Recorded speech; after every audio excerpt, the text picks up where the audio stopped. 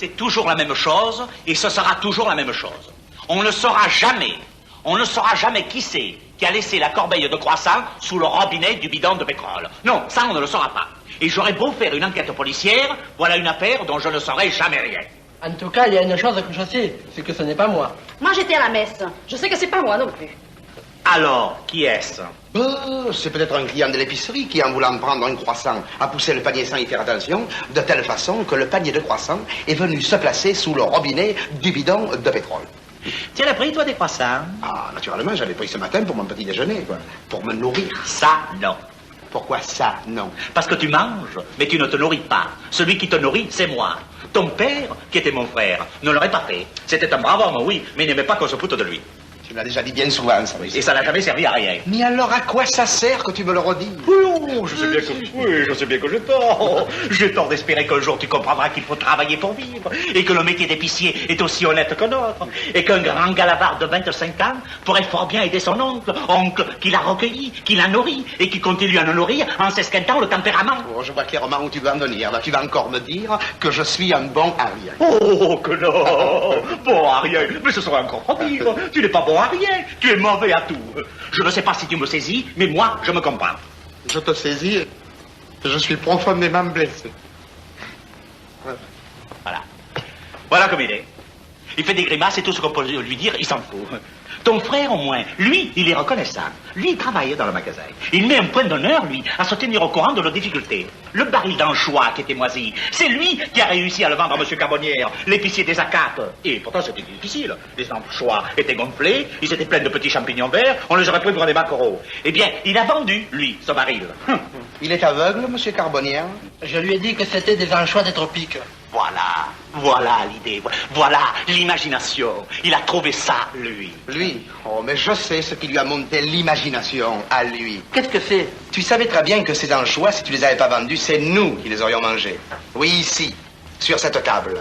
Les anchois des tropiques, nous les aurions vus défiler tous les jours, jusqu'à la fin du baril, ou jusqu'aux obsèques tropicales de la famille. Qu'est-ce que ça veut dire? Ça veut dire que ce pâté de foie, c'est celui que les clients te refusent parce qu'il a tourné. Et il est là, lui. Aigrement, lui, pour me nourrir. Moi, mais pas si bête, je mangerais plutôt de la mortora. Et son rôti de porc, il est avarié. Une personne n'a mangé une seule tranche. C'est Madame Graziani. Je dis c'est parce que c'est aujourd'hui. Parce que demain, il faudra peut-être dire c'était. Depuis cette tranche, elle est couchée. Et à l'heure qu'il est, elle est peut-être à l'agonie. Tranchée. Adieu, Graziani.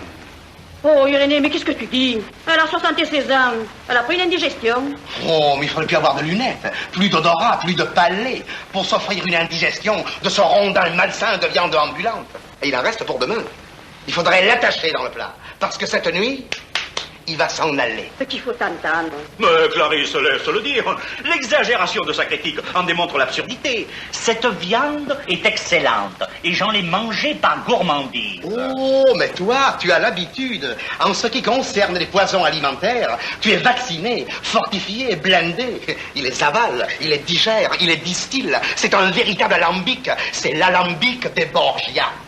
Dis-moi, tu m'appelles alambic, gorancier. Irénée, tu sais que si l'oncle se met en colère... Il se met en colère, il va encore s'étouffer comme d'habitude. Et ça me fera de la peine.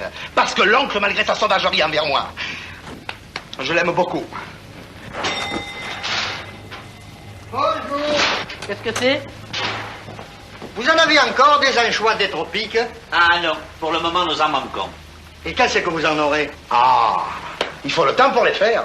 Dans 2 ou 3 mois, quand ils seront mûrs. Et je pourrais en trouver ailleurs? Impossible. Spécialité de la maison. Alors tant pis, merci quand même. Oui. Au revoir. Ah, monsieur.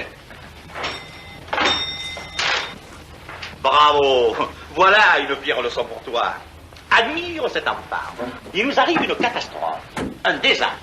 50 kilos d'anchois qui moisissent sans rien dire.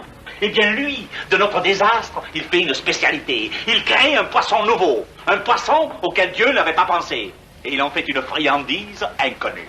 Il a peut-être eu tort de vendre tout le paquet au même épicier, à celui des Acates. Parce que ce paisible village, sa friandise va peut-être le dépeupler en 15 jours. Car le poisson nouveau va les empoisonner. Eh ben, c'est ça. Délivre-le. Repose-lui son initiative. Casimir, je te félicite. Voilà 10 francs pour tes menus plaisirs. Il n'écoute pas les sarcasmes de l'inutile. J'ai une envie terrible de me mettre en colère. Non, non, non. Tu vas t'étouffer.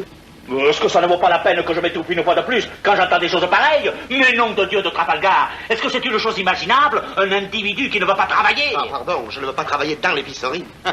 Quand je me vois dans cette boutique... Ce n'est pas une boutique, c'est un magasin. Je te le dis pour la 500e fois. Et si tu veux, quand je me vois dans ce magasin, entre la morue sèche et le roquefort humide, ça me donne mal au cœur. De discuter sur la qualité des pommes de terre avec Madame Laurie Bouchon, qui veut toujours les payer 1 sou de moins, ça ne m'intéresse pas. Je ne suis pas né pour ça. Et pourquoi es-tu né? Pour une autre carrière, parce que moi je suis sûr que j'ai un don. Oui, si tu possèdes quelque chose, c'est certainement un don. Parce qu'avec l'argent que tu as gagné, tu n'as pas dû te payer grand-chose. Je parle d'un don naturel, d'un don de naissance, d'un don de Dieu.